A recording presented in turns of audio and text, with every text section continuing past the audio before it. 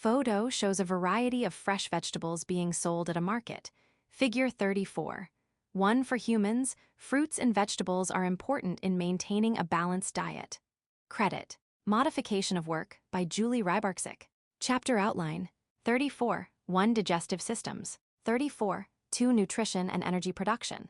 34. 3. Digestive System Processes. 34. 4. Digestive System Regulation. All living organisms need nutrients to survive. While plants can obtain the molecules required for cellular function through the process of photosynthesis, most animals obtain their nutrients by the consumption of other organisms. At the cellular level, the biological molecules necessary for animal function are amino acids, lipid molecules, nucleotides, and simple sugars. However, the food consumed consists of protein, fat, and complex carbohydrates. Animals must convert these macromolecules into the simple molecules required for maintaining cellular functions, such as assembling new molecules, cells, and tissues. The conversion of the food consumed to the nutrients required is a multi-step process involving digestion and absorption. During digestion, food particles are broken down to smaller components, and later, they are absorbed by the body. One of the challenges in human nutrition is maintaining a balance between food intake, storage, and energy expenditure. Imbalances can have serious health consequences. For example, eating too much food while not expending much energy leads to obesity, which in turn will increase the risk of developing illnesses such as type 2 diabetes and cardiovascular disease. The recent rise in obesity and related diseases makes understanding the role of diet and nutrition in maintaining good health all the more important. Learning objectives. By the end of this section, you will be able to do the following. Explain the processes of digestion and absorption. Compare and contrast different types of digestive systems. Explain the specialized functions of the organs involved in processing food in the body. Describe the ways in which organs work together to digest food and absorb nutrients. Animals obtain their nutrition from the consumption of other organisms. Depending on their diet, animals can be classified into the following categories: plant eaters, herbivores, meat eaters, carnivores, and those that eat both plants and animals, omnivores. The nutrients and macromolecules present in food are not immediately accessible to the cells.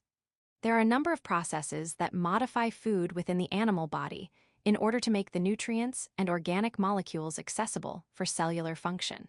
As animals evolved in complexity of form and function, their digestive systems have also evolved to accommodate their various dietary needs. Herbivores, omnivores, and carnivores.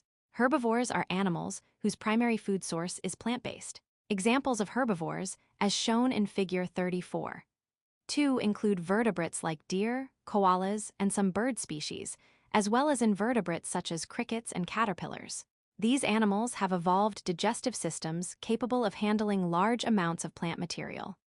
Herbivores can be further classified into frugivores, fruit eaters, granivores, seed eaters, nectivores, nectar feeders, and folivores, leaf eaters. Left photo shows a buck with antlers. Right photo shows a black, yellow, and white striped caterpillar eating a leaf. Figure 34. 2 herbivores like this, a mule deer and bee monarch caterpillar, eat primarily plant material. Credit A. Modification of Work by Bill Ebbison. Credit B. Modification of Work by Doug Bowman. Carnivores are animals that eat other animals. The word carnivore is derived from Latin and literally means meat eater. Wild cats such as lions, shown in Figure 34.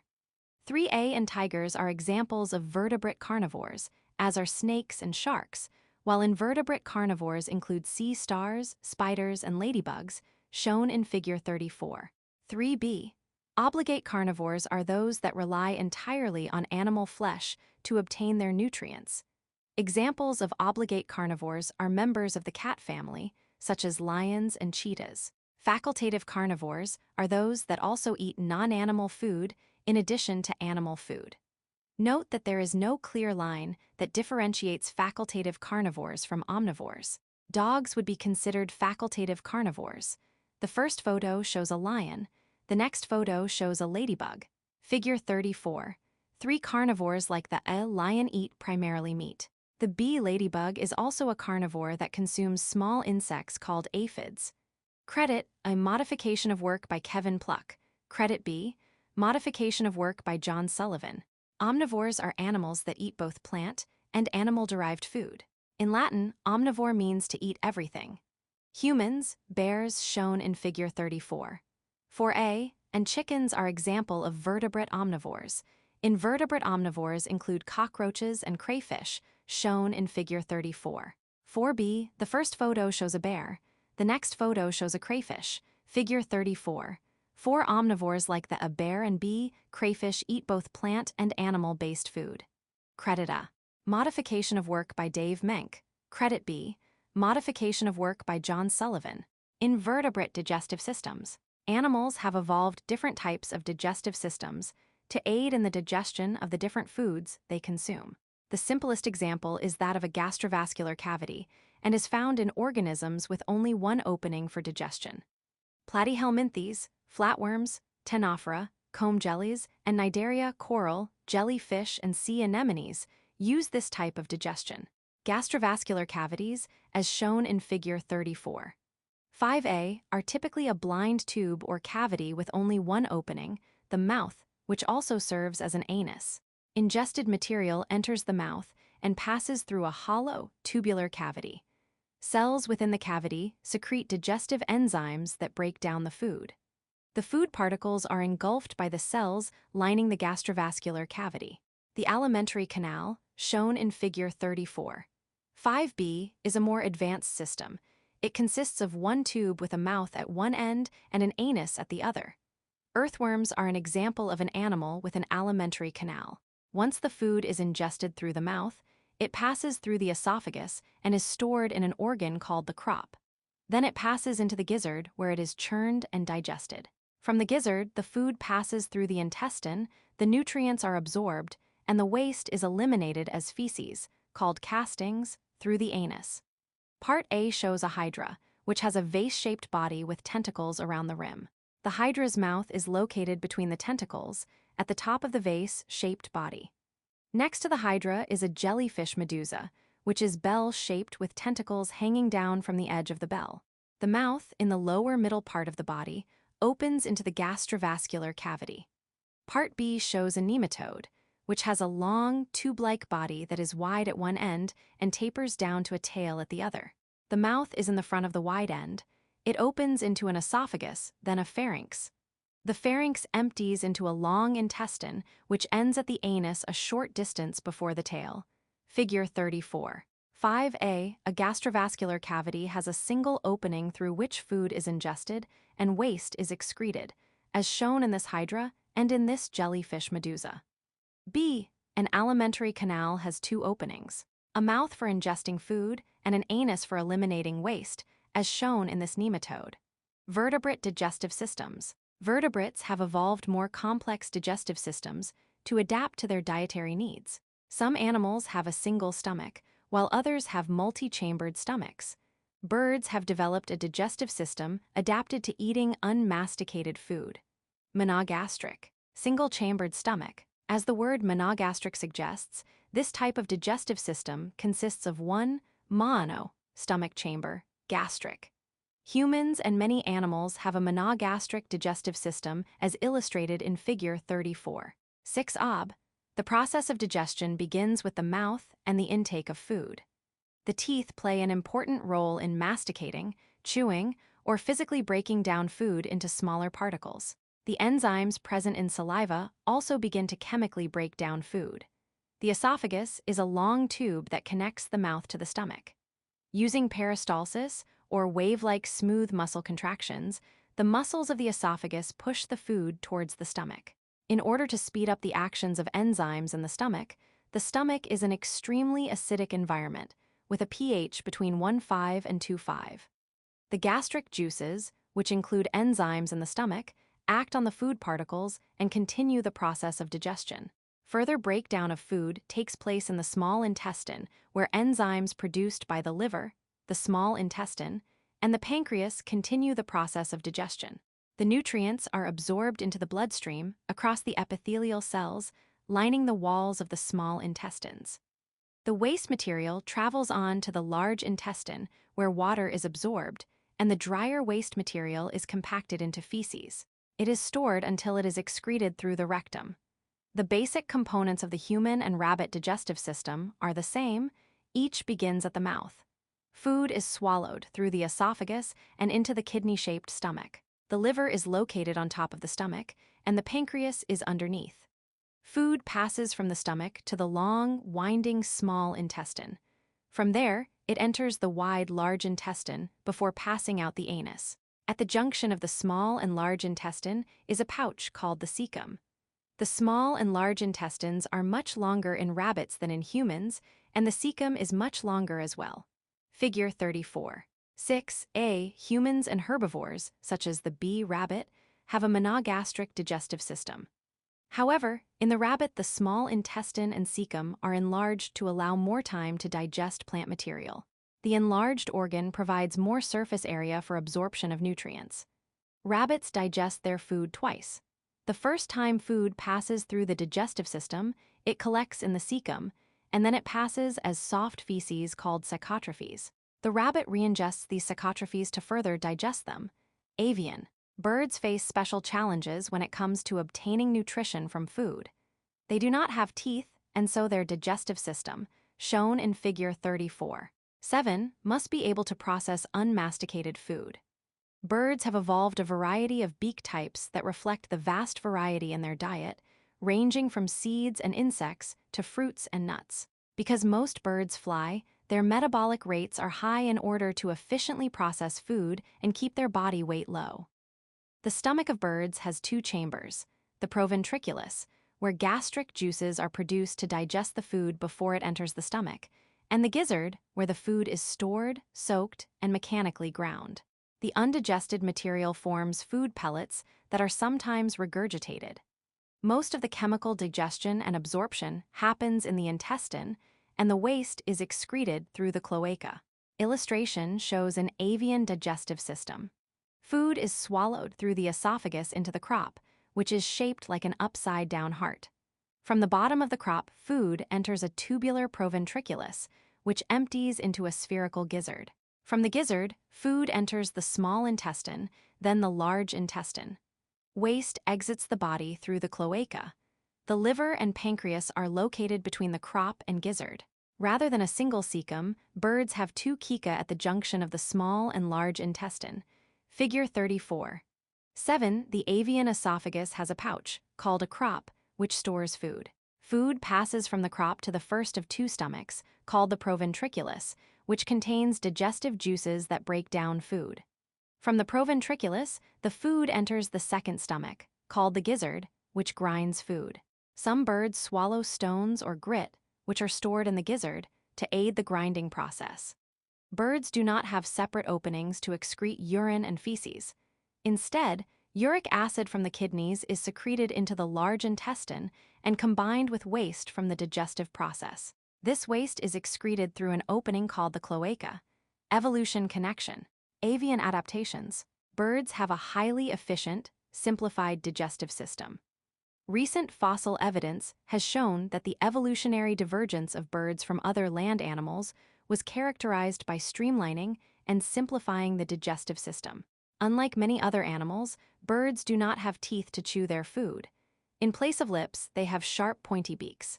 The horny beak, lack of jaws, and the smaller tongue of the birds can be traced back to their dinosaur ancestors. The emergence of these changes seems to coincide with the inclusion of seeds in the bird diet.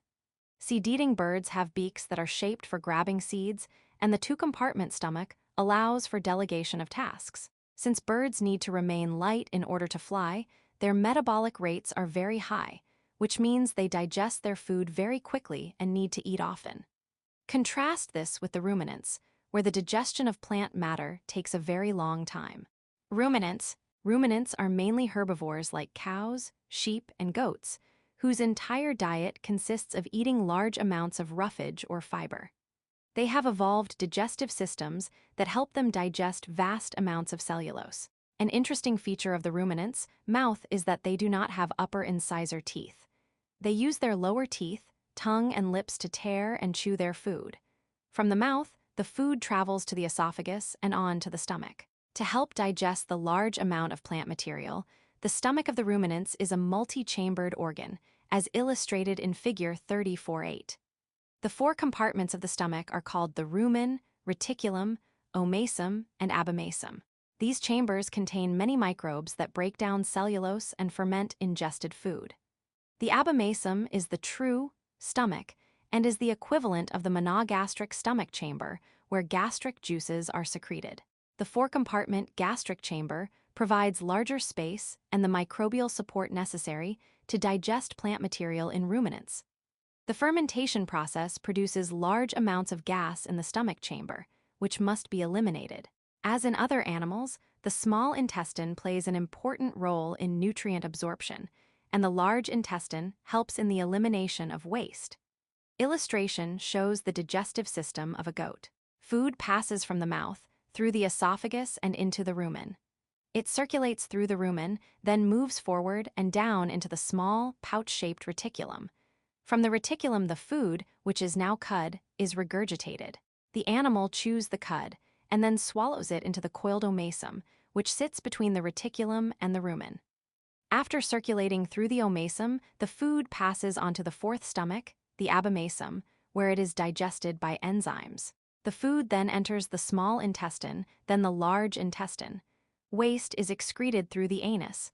Figure 34.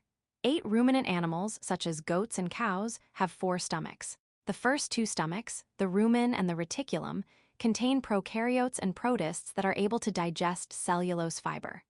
The ruminant regurgitates cud from the reticulum, chews it, and swallows it into a third stomach, the omasum, which removes water. The cud then passes onto the fourth stomach, the abomasum, where it is digested by enzymes produced by the ruminant. Pseudoruminants. Some animals, such as camels and alpacas, are pseudoruminants. They eat a lot of plant material and roughage. Digesting plant material is not easy because plant cell walls contain the polymeric sugar molecule cellulose. The digestive enzymes of these animals cannot break down cellulose, but microorganisms present in the digestive system can. Therefore, the digestive system must be able to handle large amounts of roughage and break down the cellulose. Pseudoruminants have a 3-chamber stomach in the digestive system.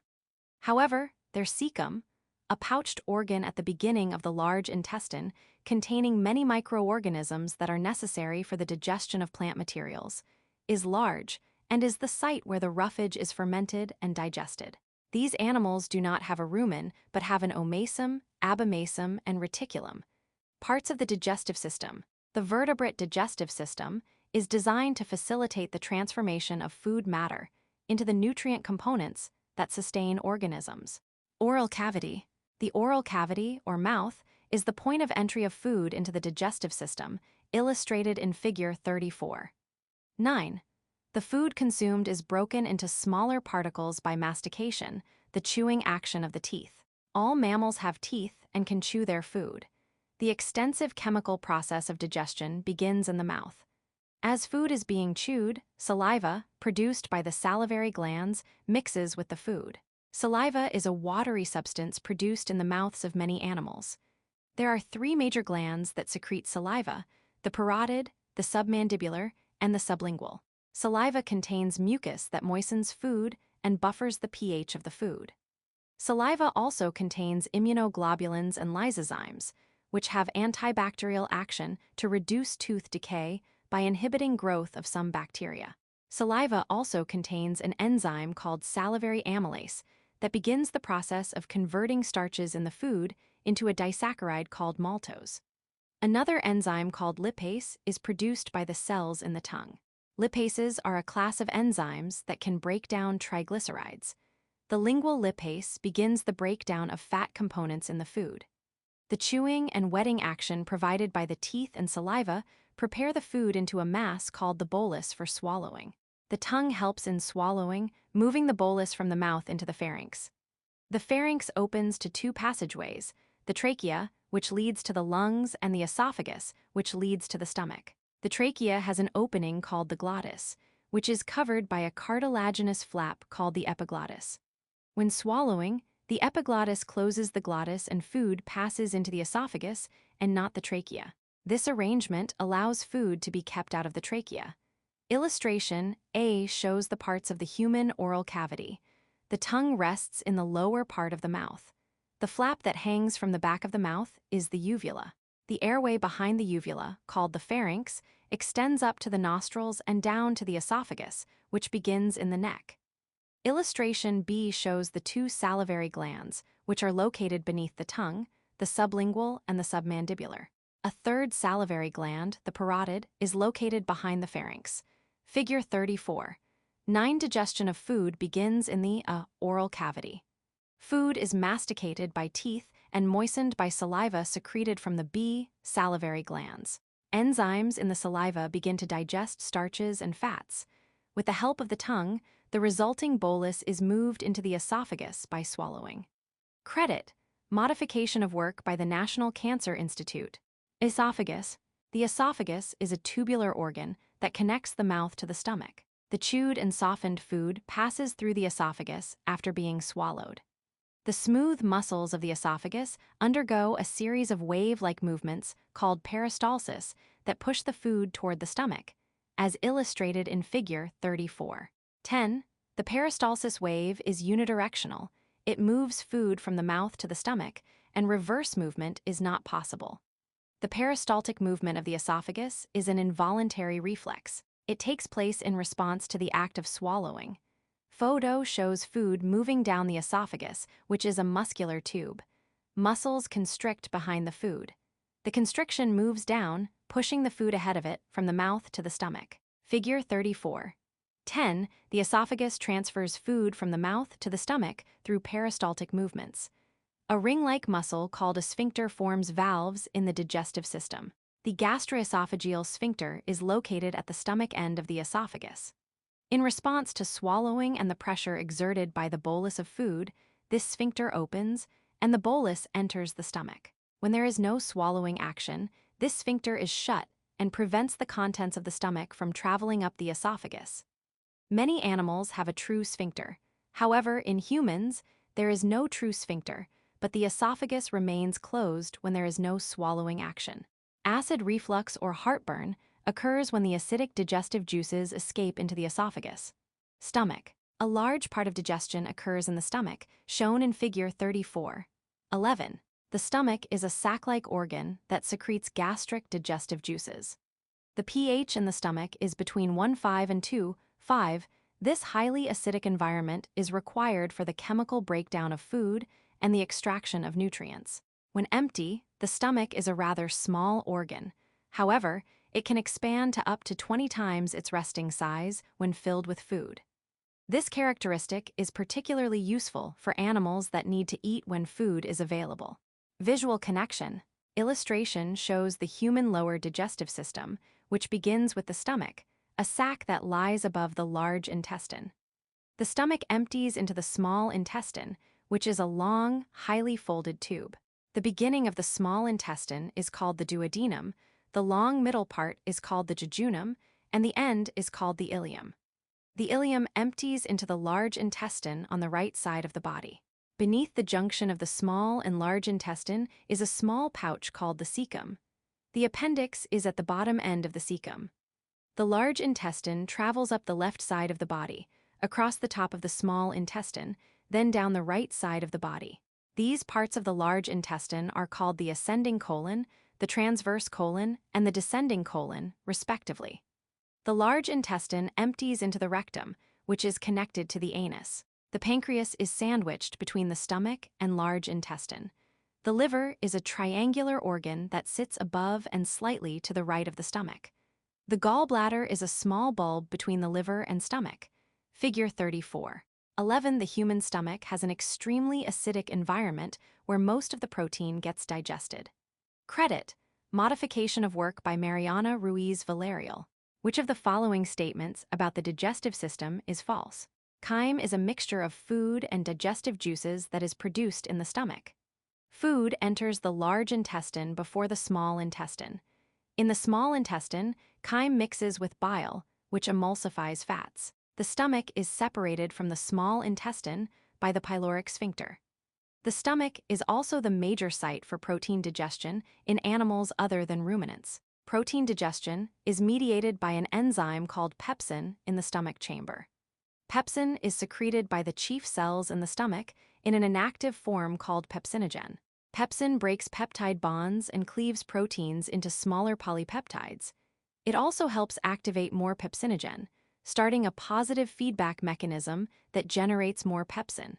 Another cell type, parietal cells, secrete hydrogen and chloride ions, which combine in the lumen to form hydrochloric acid, the primary acidic component of the stomach juices. Hydrochloric acid helps to convert the inactive pepsinogen to pepsin. The highly acidic environment also kills many microorganisms in the food, and combined with the action of the enzyme pepsin, results in the hydrolysis of protein in the food. Chemical digestion is facilitated by the churning action of the stomach. Contraction and relaxation of smooth muscles mixes the stomach contents about every 20 minutes. The partially digested food and gastric juice mixture is called chyme. Chyme passes from the stomach to the small intestine. Further protein digestion takes place in the small intestine. Gastric emptying occurs within 2 to 6 hours after a meal. Only a small amount of chyme is released into the small intestine at a time. The movement of chyme from the stomach into the small intestine is regulated by the pyloric sphincter. When digesting protein and some fats, the stomach lining must be protected from getting digested by pepsin. There are 2 points to consider when describing how the stomach lining is protected. First, as previously mentioned, the enzyme pepsin is synthesized in the inactive form. This protects the chief cells because pepsinogen does not have the same enzyme functionality of pepsin. Second, the stomach has a thick mucus lining that protects the underlying tissue from the action of the digestive juices. When this mucus lining is ruptured, ulcers can form in the stomach. Ulcers are open wounds in or on an organ caused by bacteria, Helicobacter pylori, when the mucus lining is ruptured and fails to reform. Small intestine chyme moves from the stomach to the small intestine. The small intestine is the organ where the digestion of protein, fats, and carbohydrates is completed. The small intestine is a long tube-like organ with a highly folded surface containing finger-like projections called the villi. The apical surface of each villus has many microscopic projections called microvilli. These structures, illustrated in figure 3412, are lined with epithelial cells on the luminal side and allow for the nutrients to be absorbed from the digested food and absorbed into the bloodstream on the other side. The villi and microvilli, with their many folds, increase the surface area of the intestine and increase absorption efficiency of the nutrients. Absorbed nutrients in the blood are carried into the hepatic portal vein, which leads to the liver. There, the liver regulates the distribution of nutrients to the rest of the body and removes toxic substances, including drugs, alcohol, and some pathogens. Visual connection illustration shows a cross-section of the small intestine, the lumen, or inside of which has many finger-like projections called villi. Muscle layers wrap around the outside of the intestine, and blood vessels interact with the muscle layer. A blow-up shows that capillaries and lymphatic vessels travel up inside the villi. The surface of each villus is covered with hair-like microvilli. Figure 34. 12 villi are folds on the small intestine lining that increase the surface area to facilitate the absorption of nutrients. Which of the following statements about the small intestine is false? Absorptive cells that line the small intestine have microvilli, small projections that increase surface area and aid in the absorption of food. The inside of the small intestine has many folds, called villi. Microvilli are lined with blood vessels as well as lymphatic vessels. The inside of the small intestine is called the lumen. The human small intestine is over 6 m long and is divided into 3 parts: the duodenum, the jejunum, and the ileum. The C-shaped, fixed part of the small intestine is called the duodenum and is shown in figure 34. 11. The duodenum is separated from the stomach by the pyloric sphincter, which opens to allow chyme to move from the stomach to the duodenum. In the duodenum, chyme is mixed with pancreatic juices in an alkaline solution rich in bicarbonate that neutralizes the acidity of chyme and acts as a buffer. Pancreatic juices also contain several digestive enzymes. Digestive juices from the pancreas, liver, and gallbladder, as well as from gland cells of the intestinal wall itself, enter the duodenum. Bile is produced in the liver and stored and concentrated in the gallbladder. Bile contains bile salts which emulsify lipids, while the pancreas produces enzymes that catabolize starches, disaccharides, proteins, and fats. These digestive juices break down the food particles in the chyme into glucose, triglycerides, and amino acids. The bulk of chemical digestion of food takes place in the duodenum. Absorption of fatty acids also takes place in the duodenum. The second part of the small intestine is called the jejunum, shown in figure 34. 11. Here, hydrolysis of nutrients is continued while most of the carbohydrates and amino acids are absorbed through the intestinal lining. Some chemical digestion and the bulk of nutrient absorption occurs in the jejunum. The ileum, also illustrated in figure 34. 11 is the last part of the small intestine, and here the bile salts and vitamins are absorbed into the bloodstream. The undigested food is sent to the colon from the ileum via peristaltic movements of the muscle. The ileum ends, and the large intestine begins at the ileocecal valve. The vermiform, worm-like, appendix is located at the ileocecal valve. The appendix of humans secretes no enzymes and has an insignificant role in immunity. Large intestine, the large intestine, illustrated in figure 3413, reabsorbs the water from the undigested food material and processes the waste material. The human large intestine is much smaller in length compared to the small intestine, but larger in diameter. It has three parts: the cecum, the colon, and the rectum. The cecum joins the ileum to the colon and is the receiving pouch for the waste matter. The colon is home to many bacteria or intestinal flora that aid in the digestive processes. The colon can be divided into four regions: the ascending colon, the transverse colon, the descending colon, and the sigmoid colon. The main functions of the colon are to extract the water and mineral salts from undigested food and to store waste material. Carnivorous mammals have a shorter large intestine compared to herbivorous mammals due to their diet. Illustration shows the structure of the large intestine, which begins with the ascending colon. Below the ascending colon is the cecum. The vermiform appendix is a small projection at the bottom of the cecum. The ascending colon travels up the right side of the body, then turns into the transverse colon. On the left side of the body, the large intestine turns again into the descending colon. At the bottom, the descending colon curves up. This part of the intestine is called the sigmoid colon. The sigmoid colon empties into the rectum. The rectum travels straight down to the anus. Figure 34. 13. The large intestine reabsorbs water from undigested food and stores waste material until it is eliminated. Rectum and anus. The rectum is the terminal end of the large intestine, as shown in figure 34. 13. The primary role of the rectum is to store the feces until defecation. The feces are propelled using peristaltic movements during elimination. The anus is an opening at the far end of the digestive tract and is the exit point for the waste material. Two sphincters between the rectum and anus control elimination. The inner sphincter is involuntary and the outer sphincter is voluntary. Accessory organs. The organs discussed above are the organs of the digestive tract through which food passes. Accessory organs are organs that add secretions, enzymes that catabolize food into nutrients. Accessory organs include salivary glands, the liver, the pancreas, and the gallbladder. The liver, pancreas, and gallbladder are regulated by hormones in response to the food consumed.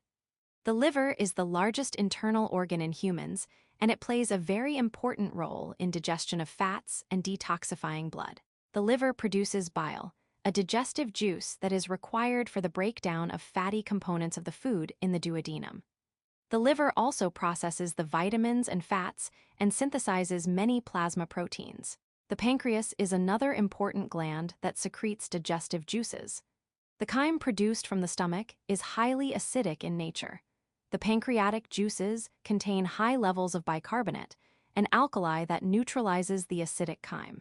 Additionally, the pancreatic juices contain a large variety of enzymes that are required for the digestion of protein and carbohydrates.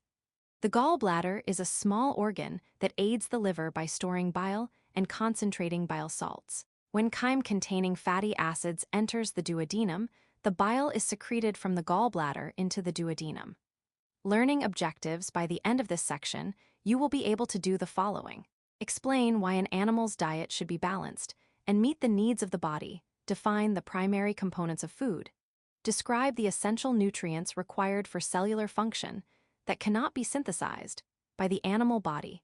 Explain how energy is produced through diet and digestion.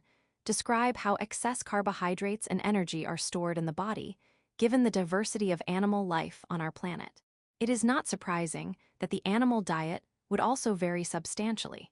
The animal diet is the source of materials needed for building DNA and other complex molecules needed for growth, maintenance, and reproduction. Collectively, these processes are called biosynthesis. The diet is also the source of materials for ATP production in the cells.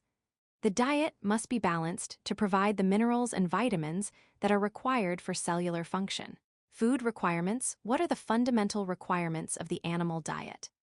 The animal diet should be well balanced and provide nutrients required for bodily function and the minerals and vitamins required for maintaining structure and regulation necessary for good health and reproductive capability. These requirements for a human are illustrated graphically in Figure 34. 14 Healthy Diet logo shows a plate divided into 4 sections, labeled fruits, vegetables, grains, and protein. The vegetables and grains sections are larger than the other 2. A circle to the side of the plate is labeled dairy. Beneath the plate is the web address, which reads choosemyplate.gov. Figure 34. 14 For humans, a balanced diet includes fruits, vegetables, grains, and protein. Credit. USDA link to learning. The first step in ensuring that you are meeting the food requirements of your body is an awareness of the food groups and the nutrients they provide. To learn more about each food group and the recommended daily amounts, explore this interactive site by the United States Department of Agriculture. Everyday Connection. Let's move. Campaign. Obesity is a growing epidemic, and the rate of obesity among children is rapidly rising in the United States. To combat childhood obesity and ensure that children get a healthy start in life, First Lady Michelle Obama has launched the Let's Move campaign. The goal of this campaign is to educate parents and caregivers on providing healthy nutrition and encouraging active lifestyles to future generations. This program aims to involve the entire community, including parents, teachers, and healthcare providers, to ensure that children have access to healthy foods, more fruits, vegetables, and whole grains, and consume fewer calories from processed foods. Another goal is to ensure that children get physical activity. With the increase in television viewing and stationary pursuits, such as video games, sedentary lifestyles have become the norm. Learn more at https. Let's Move Obama House. Archives. Gov. Organic precursors. The organic molecules required for building cellular material and tissues must come from food. Carbohydrates or sugars are the primary source of organic carbons in the animal body. During digestion, digestible carbohydrates are ultimately broken down into glucose and used to provide energy through metabolic pathways. Complex carbohydrates, including polysaccharides, can be broken down into glucose through biochemical modification. However, humans do not produce the enzyme cellulase and lack the ability to derive glucose from the polysaccharide cellulose. In humans, these molecules provide the fiber required for moving waste through the large intestine and a healthy colon. The intestinal flora in the human gut are able to extract some nutrition from these plant fibers. The excess sugars in the body are converted into glycogen and stored in the liver and muscles for later use. Glycogen stores are used to fuel prolonged exertions, such as long-distance running, and to provide energy during food shortage. Excess glycogen can be converted to fats, which are stored in the lower layer of the skin of mammals for insulation and energy storage. Excess digestible carbohydrates are stored by mammals in order to survive famine and aid in mobility. Another important requirement is that of nitrogen. Protein catabolism provides a source of organic nitrogen. Amino acids are the building blocks of proteins, and protein breakdown provides amino acids that are used for cellular function. The carbon and nitrogen derived from these become the building block for nucleotides, nucleic acids, proteins, cells, and tissues. Excess nitrogen must be excreted as it is toxic. Fats add flavor to food and promote a sense of satiety or fullness.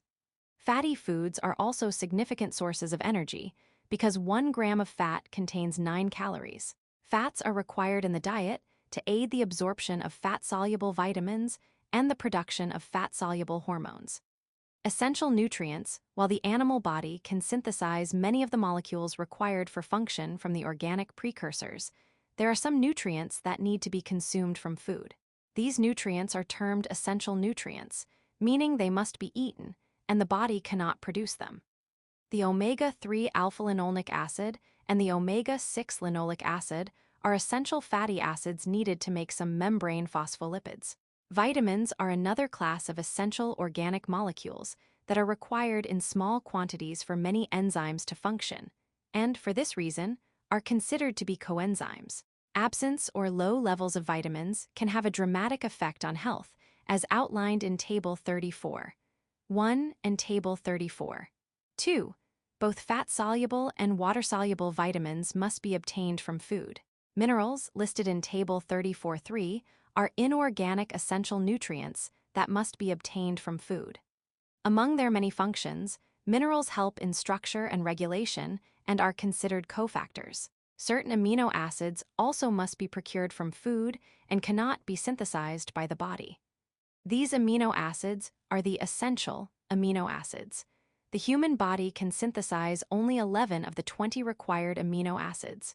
The rest must be obtained from food. The essential amino acids are listed in Table 34. 4. Water-soluble essential vitamins. Vitamin function deficiencies can lead to sources vitamin B1, thiamine, needed by the body to process lipids, proteins, and carbohydrates.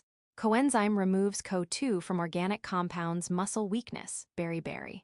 Reduced heart function, CNS problems. Milk, meat, dried beans, whole grains. Vitamin B2, riboflavin, takes an active role in metabolism, aiding in the conversion of food to energy. FAD and FMN, cracks or sores on the outer surface of the lips, cheilosis.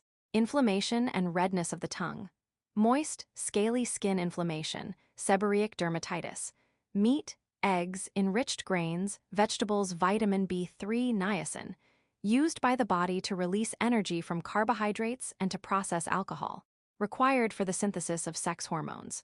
Component of coenzyme NAD+ and NADP+ pellagra, which can result in dermatitis, diarrhea, dementia, and death. Meat, eggs, grains, nuts, potatoes. Vitamin B5, pantothenic acid, assists in producing energy from foods. Lipids, in particular.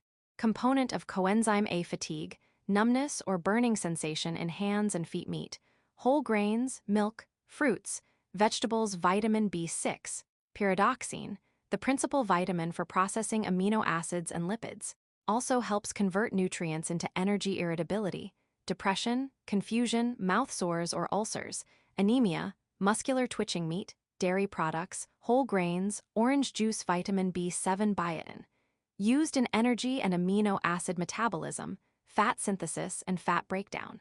Helps the body use blood sugar. Hair loss, dermatitis, depression, numbness, and tingling in the extremities.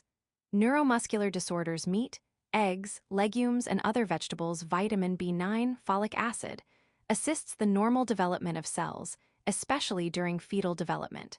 Helps metabolize nucleic and amino acids. Deficiency during pregnancy is associated with birth defects, such as neural tube defects and anemia. Leafy green vegetables, whole wheat, fruits, nuts, legumes. Vitamin B12, cobalamin, maintains healthy nervous system and assists with blood cell formation. Coenzyme in nucleic acid metabolism. Anemia, neurological disorders, numbness, loss of balance. Meat, eggs, animal products. Vitamin C, ascorbic acid, helps maintain connective tissue. Bone, cartilage, and dentin, boosts the immune system. Scurvy, which results in bleeding, hair and tooth loss, joint pain and swelling. Delayed wound healing. Citrus fruits, broccoli, tomatoes, red sweet bell peppers. Table 34. 1. Fat-soluble essential vitamins. Vitamin function deficiencies can lead to sources. Vitamin A, retinol, critical to the development of bones, teeth, and skin, helps maintain eyesight, enhances the immune system, fetal development, gene expression night blindness, skin disorders, impaired immunity dark green leafy vegetables, yellow-orange vegetables, fruits, milk, butter vitamin D critical for calcium absorption for bone development and strength, maintains a stable nervous system, maintains a normal and strong heartbeat, helps in blood clotting rickets, osteomalacia, immunity cod liver oil, milk, egg yolk vitamin E tocopherol, lessens oxidative damage of cells and prevents lung damage from pollutants. Vital to the immune system deficiency is rare. Anemia, nervous system degeneration wheat germ oil, unrefined vegetable oils, nuts, seeds, grains vitamin K, phylloquinone, essential to blood clotting bleeding and easy bruising leafy green vegetables. T Table 34. 2 photo shows a variety of foods, including lobster, clams, nuts, and liver. Figure 34. 15. A healthy diet should include a variety of foods to ensure that needs for essential nutrients are met. Credit: Keith Weller, USDA ARS. Minerals and their function in the human body. Mineral function deficiencies can lead to sources * calcium needed for muscle and neuron function. Heart health: builds bone and supports synthesis and function of blood cells. Nerve function: osteoporosis, rickets, muscle spasms, impaired growth. Milk, yogurt, fish, green leafy vegetables, legumes. Chlorine needed for production of hydrochloric acid, HCl, in the stomach and nerve function. Osmotic balance: muscle cramps, mood disturbances, reduced appetite. Table salt copper, trace amounts. Required component of many redox enzymes, including cytochrome C oxidase. Cofactor for hemoglobin synthesis. Copper deficiency is rare. Liver, oysters, cocoa, chocolate, sesame, nuts. Iodine required for the synthesis of thyroid hormones. Goiter seafood, iodized salt. Dairy products. Iron required for many proteins and enzymes, notably hemoglobin, to prevent anemia, which causes poor concentration, fatigue, and poor immune function. Red meat, leafy green vegetables, fish, tuna, salmon, eggs, dried fruits, beans, whole grains. Magnesium required cofactor for ATP formation. Bone formation, normal membrane functions, muscle function. Mood disturbances, muscle spasms. Whole grains, leafy green vegetables. Manganese, trace amounts, a cofactor in enzyme functions. Trace amounts are required. Manganese deficiency is rare. Common in most foods. Molybdenum, trace amounts, acts as a cofactor for 3 essential enzymes in humans: sulfite oxidase, xanthine oxidase, and aldehyde oxidase. Molybdenum deficiency is rare. * phosphorus, a component of bones and teeth, helps regulate acid-base balance.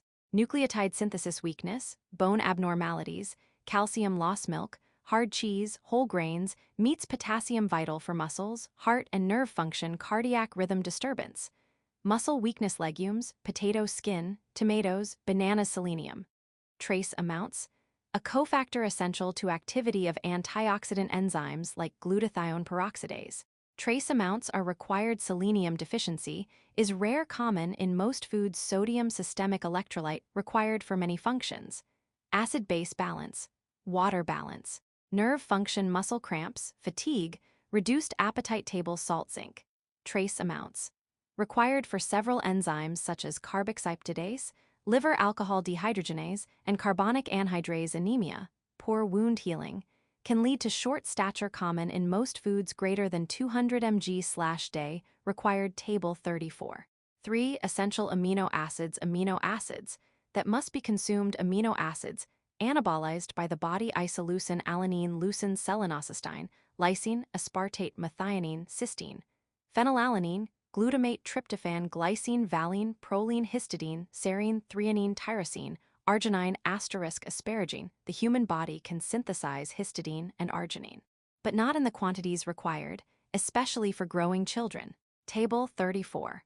4 food energy and ATP. Animals need food to obtain energy and maintain homeostasis.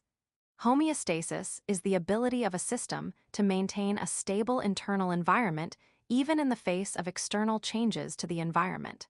For example, the normal body temperature of humans is 37 degrees C, 98, 6 degrees F. Humans maintain this temperature even when the external temperature is hot or cold. It takes energy to maintain this body temperature, and animals obtain this energy from food. The primary source of energy for animals is carbohydrates, mainly glucose. Glucose is called the body's fuel. The digestible carbohydrates in an animal's diet are converted to glucose molecules through a series of catabolic chemical reactions. Adenosine triphosphate, or ATP, is the primary energy currency in cells. ATP stores energy in phosphate ester bonds. ATP releases energy when the phosphodiester bonds are broken, and ATP is converted to ADP and a phosphate group. ATP is produced by the oxidative reactions in the cytoplasm and mitochondrion of the cell, where carbohydrates, proteins, and fats undergo a series of metabolic reactions, collectively called cellular respiration. For example, glycolysis is a series of reactions in which glucose is converted to pyruvic acid, and some of its chemical potential energy is transferred to NADH and ATP. ATP is required for all cellular functions. It is used to build the organic molecules that are required for cells and tissues. It provides energy for muscle contraction and for the transmission of electrical signals in the nervous system. When the amount of ATP is available in excess of the body's requirements, the liver uses the excess ATP and excess glucose to produce molecules called glycogen. Glycogen is a polymeric form of glucose and is stored in the liver and skeletal muscle cells. When blood sugar drops, the liver releases glucose from stores of glycogen. Skeletal muscle converts glycogen to glucose during intense exercise. The process of converting glucose and excess ATP to glycogen and the storage of excess energy is an evolutionarily important step in helping animals deal with mobility, food shortages, and famine. Everyday connection obesity is a major health concern in the United States, and there is a growing focus on reducing obesity and the diseases it may lead to, such as type 2 diabetes, cancers of the colon and breast, and cardiovascular disease. How does the food consumed contribute to obesity? Fatty foods are calorie-dense, meaning that they have more calories per unit mass than carbohydrates or proteins. 1 gram of carbohydrates has 4 calories, 1 gram of protein has 4 calories, and 1 gram of fat has 9 calories. Animals tend to seek lipid-rich food for their higher energy content. The signals of hunger, time to eat, and satiety, time to stop eating, are controlled in the hypothalamus region of the brain. Foods that are rich in fatty acids tend to promote satiety more than foods that are rich only in carbohydrates. Excess carbohydrate and ATP are used by the liver to synthesize glycogen. The pyruvate produced during glycolysis is used to synthesize fatty acids. When there is more glucose in the body than required, the resulting excess pyruvate is converted into molecules that eventually result in the synthesis of fatty acids within the body. These fatty acids are stored in adipose cells, the fat cells in the mammalian body whose primary role is to store fat for later use. It is important to note that some animals benefit from obesity. Polar bears and seals need body fat for insulation and to keep them from losing body heat during Arctic winters. When food is scarce, stored body fat provides energy for maintaining homeostasis. Fats prevent famine in mammals, allowing them to access energy when food is not available on a daily basis. Fats are stored when a large kill is made or lots of food is available. Learning objectives. By the end of this section, you will be able to do the following. Describe the process of digestion. Detail the steps involved in digestion and absorption. Define elimination. Explain the role of both the small and large intestines in absorption. Obtaining nutrition and energy from food is a multi-step process. For true animals, the first step is ingestion, the act of taking in food. This is followed by digestion, absorption, and elimination. In the following sections, each of these steps will be discussed in detail. Ingestion. The large molecules found in intact food cannot pass through the cell membranes. Food needs to be broken into smaller particles so that animals can harness the nutrients and organic molecules. The first step in this process is ingestion. Ingestion is the process of taking in food through the mouth. In vertebrates, the teeth, saliva, and tongue play important roles in mastication, preparing the food into bolus. While the food is being mechanically broken down, the enzymes in saliva begin to chemically process the food as well. The combined action of these processes modifies the food from large particles to a soft mass that can be swallowed and can travel the length of the esophagus. Digestion and absorption. Digestion is the mechanical and chemical breakdown of food into small organic fragments. It is important to break down macromolecules into smaller fragments that are of suitable size for absorption across the digestive epithelium. Large, complex molecules of proteins, polysaccharides, and lipids must be reduced to simpler particles, such as simple sugar, before they can be absorbed by the digestive epithelial cells. Different organs play specific roles in the digestive process. The animal diet needs carbohydrates, protein, and fat, as well as vitamins and inorganic components for nutritional balance. How each of these components is digested is discussed in the following sections. Carbohydrates. The digestion of carbohydrates begins in the mouth. The salivary enzyme amylase begins the breakdown of food starches into maltose, a disaccharide. As the bolus of food travels through the esophagus to the stomach, no significant digestion of carbohydrates takes place. The esophagus produces no digestive enzymes, but does produce mucus for lubrication. The acidic environment in the stomach stops the action of the amylase enzyme. The next step of carbohydrate digestion takes place in the duodenum. Recall that the chyme from the stomach enters the duodenum and mixes with the digestive secretion from the pancreas, liver, and gallbladder. Pancreatic juices also contain amylase, which continues the breakdown of starch and glycogen into maltose, a disaccharide. The disaccharides are broken down into monosaccharides by enzymes called maltases, sucrases, and lactases, which are also present in the brush border of the small intestinal wall.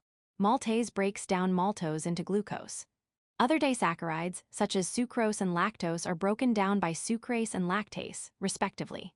Sucrase breaks down sucrose, or table sugar, into glucose and fructose, and lactase breaks down lactose, or milk sugar, into glucose and galactose. The monosaccharides, glucose, thus produced, are absorbed and then can be used in metabolic pathways to harness energy. The monosaccharides are transported across the intestinal epithelium into the bloodstream to be transported to the different cells in the body. The steps in carbohydrate digestion are summarized in Figure 34, 16, and Table 34. 5 pathways for the breakdown of starch and glycogen, sucrose, and lactose are shown. Starch and glycogen, which are both polysaccharides, are broken down by amylase into the disaccharide maltose. Maltose is then broken down by maltase into the monosaccharide glucose. Sucrose, a disaccharide, is broken down by sucrase into the monosaccharides glucose and fructose. Lactose, also a disaccharide, is broken down by lactase into glucose and galactose. Figure 34. 16. Digestion of carbohydrates is performed by several enzymes. Starch and glycogen are broken down into glucose by amylase and maltase. Sucrose, table sugar, and lactose, milk sugar, are broken down by sucrase and lactase, respectively. Digestion of carbohydrates. Enzyme produced by site of action substrate acting on end products. Salivary amylase, salivary glands, mouth polysaccharides. Starch disaccharides, maltose, oligosaccharides. Pancreatic amylase, pancreas, small intestine polysaccharides. Starch, disaccharides, maltose, monosaccharides. Oligosaccharidases, lining of the intestine. Brush border membrane, small intestine, disaccharides, monosaccharides, e.g., glucose, fructose, galactose. Table 34, 5. Protein. A large part of protein digestion takes place in the stomach. The enzyme pepsin plays an important role in the digestion of proteins by breaking down the intact protein to peptides, which are short chains of 4 to 9 amino acids. In the duodenum, other enzymes, trypsin, elastase, and chymotrypsin, act on the peptides, reducing them to smaller peptides. Trypsin, elastase, carboxyptidase, and chymotrypsin are produced by the pancreas and released into the duodenum, where they act on the chyme. Further breakdown of peptides to single amino acids is aided by enzymes called peptidases, those that break down peptides.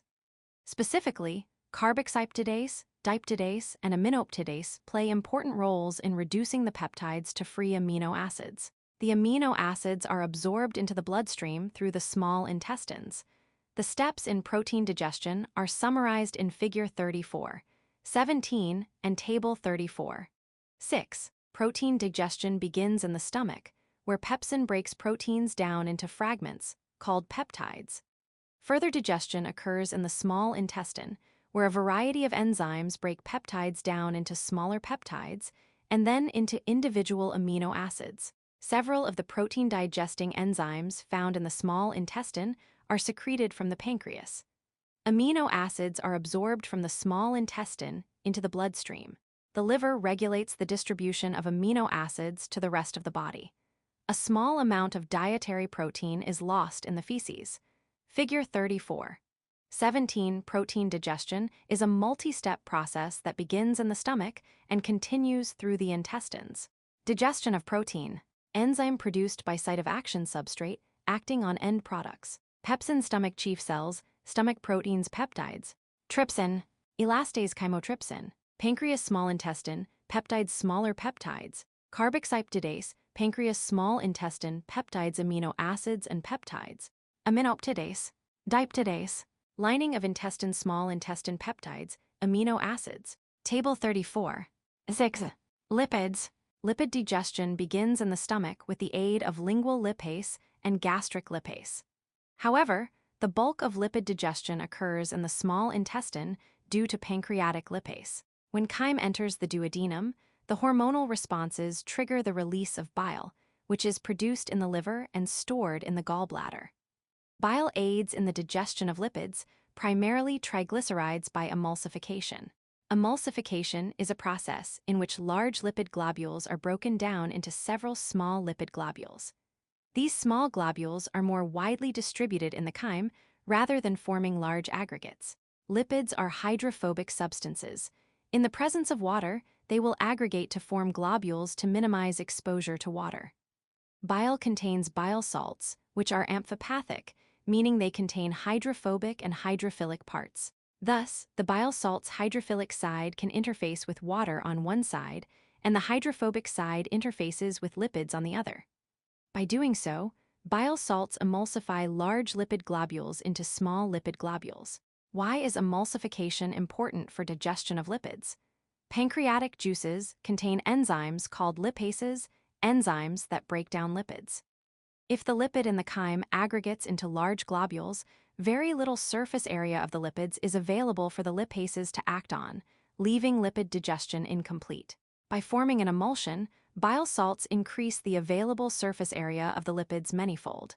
The pancreatic lipases can then act on the lipids more efficiently and digest them, as detailed in Figure 34.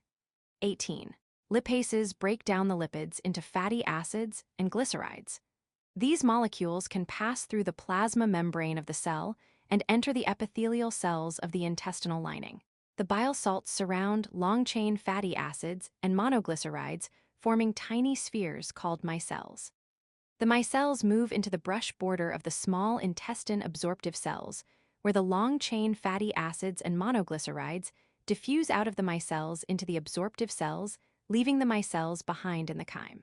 The long-chain fatty acids and monoglycerides recombine in the absorptive cells to form triglycerides, which aggregate into globules and become coated with proteins. These large spheres are called chylomicrons. Chylomicrons contain triglycerides, cholesterol, and other lipids and have proteins on their surface. The surface is also composed of the hydrophilic phosphate heads of phospholipids. Together, they enable the chylomicron to move in an aqueous environment without exposing the lipids to water. Chylomicrons leave the absorptive cells via exocytosis. Chylomicrons enter the lymphatic vessels and then enter the blood in the subclavian vein. Illustration shows a row of absorptive epithelial cells that line the intestinal lumen. Hair-like microvilli project into the lumen. On the other side of the epithelial cells are capillaries and lymphatic vessels. In the intestinal lumen, lipids are emulsified by the bile. Lipases break down fats, also known as triglycerides, into fatty acids and monoglycerides. Fats are made up of 3 fatty acids attached to a 3-carbon glycerol backbone. In monoglycerides, 2 of the fatty acids are removed. The emulsified lipids form small, spherical particles called micelles that are absorbed by the epithelial cells. Inside the epithelial cells, the fatty acids and monoglycerides are reassembled into triglycerides.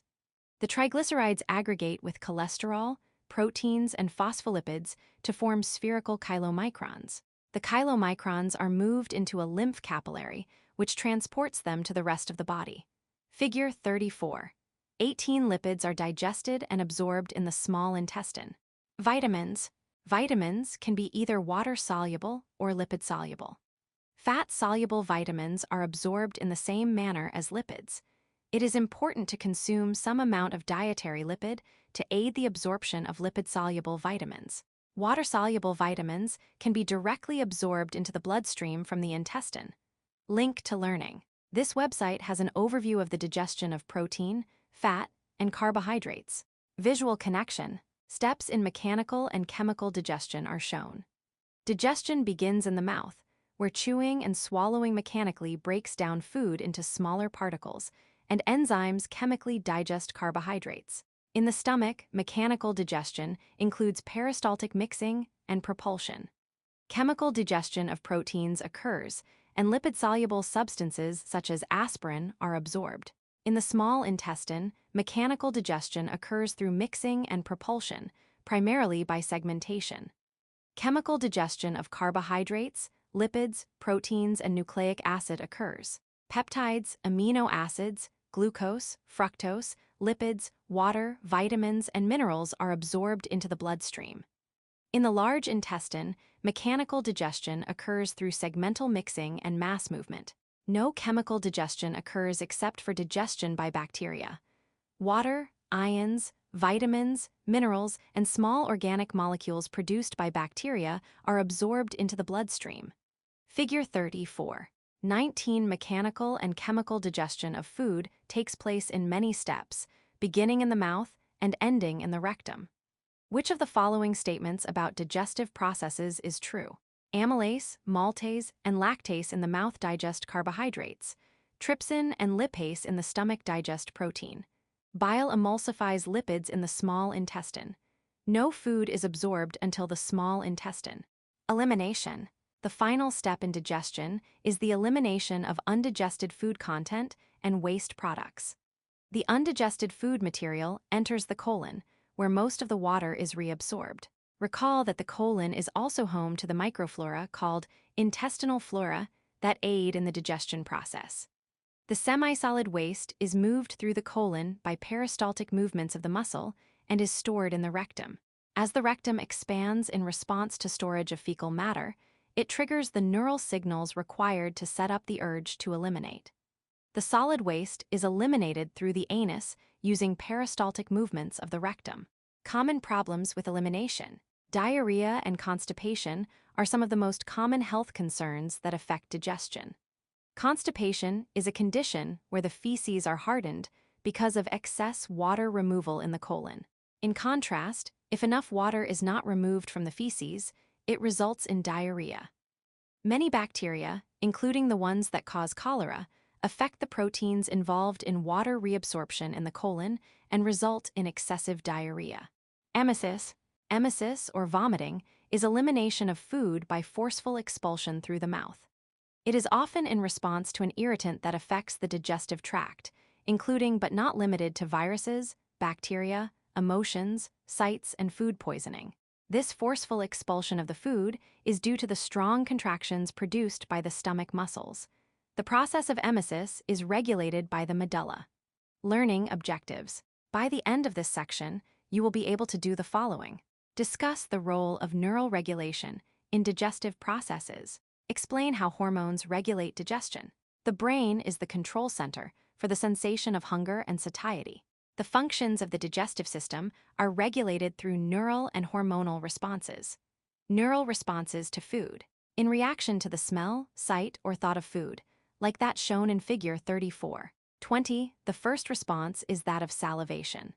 The salivary glands secrete more saliva in response to stimulation by the autonomic nervous system triggered by food in preparation for digestion. Simultaneously, the stomach begins to produce hydrochloric acid to digest the food. Recall that the peristaltic movements of the esophagus and other organs of the digestive tract are under the control of the brain. The brain prepares these muscles for movement as well. When the stomach is full, the part of the brain that detects satiety signals fullness. There are 3 overlapping phases of gastric control: the cephalic phase, the gastric phase, and the intestinal phase. Each requires many enzymes and is under neural control as well. Photo shows plates of food on a dinner table. Figure 34. 20. Seeing a plate of food triggers the secretion of saliva in the mouth and the production of HCl in the stomach. Credit: Kelly Bailey. Digestive phases. The response to food begins even before food enters the mouth. The first phase of ingestion, called the cephalic phase, is controlled by the neural response to the stimulus provided by food. All aspects, such as sight, thought, and smell, trigger the neural responses resulting in salivation and secretion of gastric juices. The gastric and salivary secretion in the cephalic phase can also take place due to the thought of food. Right now, if you think about a piece of chocolate or a crispy potato chip, the increase in salivation is a cephalic phase response to the thought. The central nervous system prepares the stomach to receive food.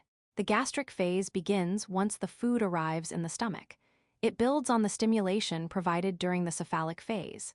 Gastric acids and enzymes process the ingested materials. The gastric phase is stimulated by 1. Distension of the stomach, 2. An increase in the pH of the gastric contents, and 3. The presence of undigested material. This phase consists of local, hormonal, and neural responses. These responses stimulate secretions and powerful contractions. The intestinal phase begins when chyme enters the small intestine, triggering digestive secretions. This phase controls the rate of gastric emptying. In addition to gastric emptying, when chyme enters the small intestine, it triggers other hormonal and neural events that coordinate the activities of the intestinal tract, pancreas, liver, and gallbladder. Hormonal responses to food. The endocrine system controls the response of the various glands in the body and the release of hormones at the appropriate times. One of the important factors under hormonal control is the stomach acid environment. During the gastric phase, the hormone gastrin is secreted by G cells in the stomach in response to the presence of proteins. Gastrin stimulates the release of stomach acid, or hydrochloric acid, HCl, which aids in the digestion of the proteins. However, when the stomach is emptied, the acidic environment need not be maintained, and a hormone called somatostatin stops the release of hydrochloric acid. This is controlled by a negative feedback mechanism. In the duodenum, digestive secretions from the liver, pancreas, and gallbladder play an important role in digesting chyme during the intestinal phase. In order to neutralize the acidic chyme, a hormone called secretin stimulates the pancreas to produce alkaline bicarbonate solution and deliver it to the duodenum. Secretin acts in tandem with another hormone called cholecystokinin, CCK. Not only does CCK stimulate the pancreas to produce the requisite pancreatic juices, it also stimulates the gallbladder to release bile into the duodenum. Link to learning. Visit this website to learn more about the endocrine system. Review how control is implemented in the endocrine system. Another level of hormonal control occurs in response to the composition of food. Foods high in lipids take a long time to digest. A hormone called gastric inhibitory peptide is secreted by the small intestine to slow down the peristaltic movements of the intestine to allow fatty foods more time to be digested and absorbed. Understanding the hormonal control of the digestive system is an important area of ongoing research.